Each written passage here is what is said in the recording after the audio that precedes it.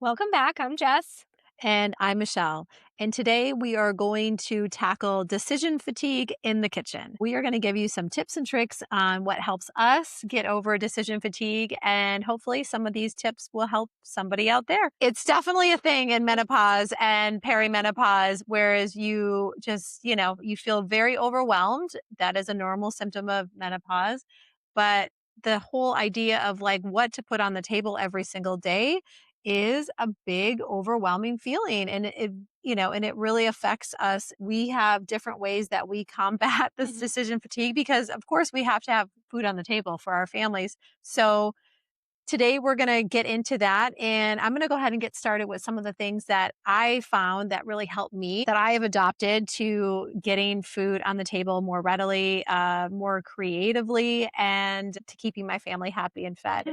So Without the overwhelm without and the stress overwhelm. and added burden to your nervous system, because who needs to Yeah, add all of that into what we're already feeling on a daily basis, right? Like we're absolutely. already feeling overwhelmed by things and it's amplified at this time of life. So doing something that Mhm, takes away from that mental load that you're carrying about what am I going to make tonight? What am I going to do? When am I going to mhm. go grocery shopping? This literally happened to both of us last week because we were recording on Monday and I did not go to the grocery store and do my normal weekly shopping. Yep. And at the end of the day, we were both literally Like, running "What's for to dinner? the Oh grocery my gosh!" store. I think we went to the same grocery store, but separate time. And for me, it felt like a hot wreck in the kitchen because Yeah, I was trying to cook things so fast. I made more messes. And I definitely had a longer cleanup time because I was just throwing together whatever I could throw together in the shortest amount of time possible. And it felt terrible. And so we decided that this definitely could help so many yeah, people out there who are feeling the same way. Because we generally are much more put together about our meals, but this made us realize, yes. like, oh my goodness, this is not the way that we want to feel. It just adds to that stress. Well, there's a couple different things that I do. First off, I kind of gave up recipes. Occasionally, I make a recipe, but on a regular weekday basis, I don't use recipes. And the reason why is because I found myself, and I'm sure you have too sometimes, where you got a recipe and you went to the grocery store and you did your big grocery haul and you go to make this recipe the next night and you're like, oh, I don't have two ingredients. And you're like, oh. So then you go back to the grocery store and you get those two ingredients, but then you see this and you see that, and you end up spending an additional $50, $75 that you didn't need to spend because you went back for two ingredients. And then you get home and make that item. And sometimes it's met with unhappiness from your family, like, why did you make this? What is this? And so then you're like so frazzled by that point. You're like, I just went out and made an extra grocery trip. I spent extra money. I made this recipe. And then to find out half of my family didn't even like it. So that is why I gave up recipes, because I was like, this is too frustrating. It's too overwhelming. So, what I decided to do is I became a more creative cook. And I'm not saying I'm the best cook by far, but I am a very creative cook today. And what I do is get the proteins, organic meats or beans or fish and or tofu, So and just have that on hand. I have those things on hand. So I decide on a weekly basis, am I going to do like one meal of chicken or two meals of beef, or is like I kind of round my meals up for protein first. So then I Mhm. decide which proteins I'm making, and then I gather a variety of different vegetables. And then I have some starches on hand, whether it's rice, sweet potatoes, barley, quinoa. And from there, I either make bowls for the week. So I'll make my proteins for a couple days, and then I'll have some starch, whether it's sweet potatoes or potatoes, and then I'll have it with some vegetables. And I usually make a sauce or two on the side, whether it's like a chimichurri sauce or like a homemade ranch sauce or a stir fry sauce. And I create different bowls, whether it's a stir fry bowl or I make a wrap with some different ingredients, a protein, a starch, and some vegetables, or I do a quesadilla. But it's really just taking your base ingredients and making meals out of them. And my family actually loves this way more than when I was making recipes before. I get so much more excitement for when the meals are placed on the table because they just enjoy them that much more because they too can find creativity once I place it on the table. They can use different sauces. They can use, they can kind of create it in different ways as well. And I think it's allowed all of us to be happier with what's on the table instead of having some of us enjoy it, some of us don't. I think this new method has been great for my family, and that's what's worked for me. And also, I think you shared a tip with me earlier that sometimes if you're just blank and you have like no idea because you're just feeling really uninspired for whatever Yes. reason, because some weeks are just like that, right? Like you Yes. just gave me a tip that I was like, oh, I'm definitely going to do that because wow, what a weight lifted off of your brain and your shoulders. Do you want to share that as well? Yeah. So I was telling Jess when I'm feeling super like I don't want to cook at all. And because for me, deciding what to go get at the grocery store for me is the hardest part. And I told her sometimes what I do is I take the decision off myself and I say, all right, what do you guys want? And I make them decide the the three big meals that I'm going to make. And it really is such a load off my shoulders when they're like, okay, I want Mexican one night. I want a stir fry one night, or I want a big soup.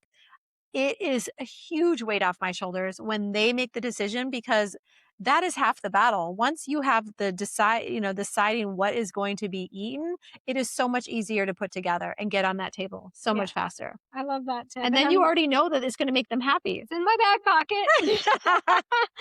Because it does happen. All of a sudden, I'll be rolling and going and flowing, and it's usually very easy for me. It's become easy for me. I didn't Mhm. really know how to cook when I left the nest Yeah, and just had to learn along the way. But yeah, lately I feel like it's just one more thing to have to do, one more thing to have to think about, one more thing to have to it is. cause disruption in my nervous system and add to the load of stress. And right now, in this time of life, it's just who needs that? No. So I love that tip. And it puts a little bit of the responsibility on the family Mhm. and gives them some options and some choices because heck, they have opinions too. Absolutely, and They're always just eating what I put out, and it's exactly. great that nobody generally Fusses about it. there's It's a little bit of fussing. not always making everybody happy with every meal. There's always Yeah. somebody who's gonna grumble, not always, but, you know, there's some meals where somebody's gonna grumble a little bit, Yeah, you but kinda try to make everybody happy. But yeah. the other thing I didn't touch on, Jess, is that for me, the last couple of years, my taste buds are wonky. Mm, So I might think about wanting one thing on Saturday, like that sounds good. Like maybe Mexican is sounding amazing on Saturday, but it comes to Wednesday, the last thing I want is Mexican. And because my taste buds are wonky. And yeah, I don't know if this is something anybody else in menopause or perimenopause experiences, but for me, my tastes are unpredictable. And yeah, so what I want from day to day definitely changes. it's a thing, and I think that have you ever tasted, like, a metallic taste in your mouth? Definitely. It's part of this whole thing, and has it gotten better with HRT? I'm hoping that that gets Yes, better I because haven't some noticed days it. are like, "Oh my god, what is" it's like I've been sucking on a bag of quarters.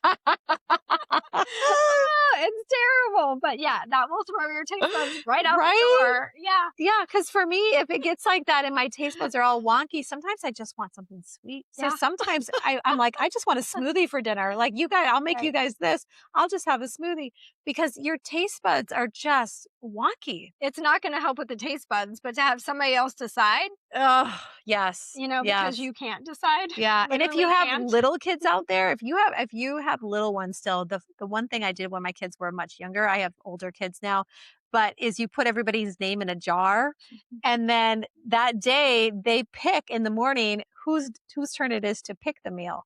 And so that kind of makes it fun too. It's a game, but of course my kids are far too old for games these days, but it And is a maybe if fun you thing. can't shop for the day and do that, you do it on one certain day Yep. because I like to plan everything out for the week. Mhm. And I have one day. For me, it's Monday. For some people, it might be Saturday or Sunday. Whatever that start day is for you, you just have this list of these are the things I'm going to need.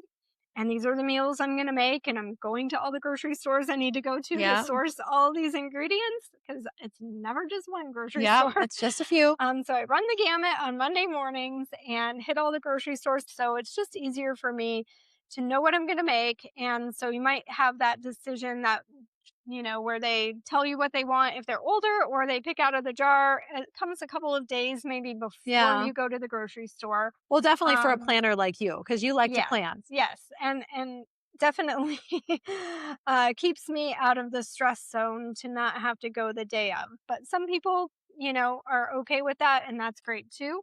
Um, but having a plan helps, and then also part of that plan is generally like one or two things that I can make a big batch of. So Hmm. whether it's sweet potatoes or it's yellow potatoes or a big batch of vegetables that I roast and can use in different ways. So sometimes it might start out as this is the side dish to a piece of to protein and a salad. So Hmm. let's just take sweet potatoes for example. And then the next day it might be sweet potato is the main part of the meal and having that with a salad or some roasted vegetables. And then those roasted vegetables turns into a stir fry bowl where you add a sauce and some protein to it. So I just kind of like to play around with ways to use the same dish that I can cook in a large batch and it lasts for 4 or 5 days, Hmm. and in different ways so that it becomes Something more a little interesting. bit more interesting and not just the same meal over and over. That helps as well. And I think if I can do those things, I feel pretty set. But also asking for help every now and Yes, then is and trading never recipes with friends. we do that a lot too. Yes, Yes, it's we do. really a great resource to call a friend and just be like, "What was your family's favorite meal last week?" Hmm. I mean, that is a huge help because Yeah, usually you're like, "Oh, I haven't made that in years. I would love to make that." right. Or some version of it. And I think, help, counting on friends or relatives or family, really does help take the decision fatigue away. And maybe you'll learn something completely new. It can really help switch things up a little bit. Now, you might not do that on a week where there's a lot going on. If you have kids that are in sports or in things where you're running around a lot, because in Yes. my experience, if I throw a surprise dish out there at the wrong time, it causes too much stress because then I'm upset that I made something and I put a lot of effort into it and nobody likes it. So it has Yeah. to kind of come in at a time where You have a it'd little be bit more fine and you leeway. have some backup. You have a backup. Yes, have a Maybe backup just meal. something back up in the kitchen, whether that be you're able to throw together a peanut butter and jelly or a quesadilla or something like that Something. in the fridge. Absolutely. And also, speaking of having backups in the fridge, at the end of the week, I always do like a leftover meal on Saturday. It's usually our Saturday or lunch. By the end of the week, whatever's left is put out on the table and Mhm. maybe I make a guacamole or a salad or something to kind of round it out. Also putting out sauerkraut and pickles is nice filler. Those are filler foods, maybe some nuts even. So and cheese, Mhm. all of that can just go on the table with whatever's left in the fridge and then there's no waste. Yep, and it's a great way to save on your grocery bill, and it's a great Hmm. way to save on waste, like she said, and yeah, And it's an easy meal. it's an easy It's a meal when you're using You don't have to even leftovers. think about it. Yep, when you're using leftovers, it does do a lot of great things for your pocketbook and for your and for your ease of life. Definitely. We hope that this has helped you in some way. And if you feel inspired, please share this episode with a friend. Thank you so much for joining us. Thank you.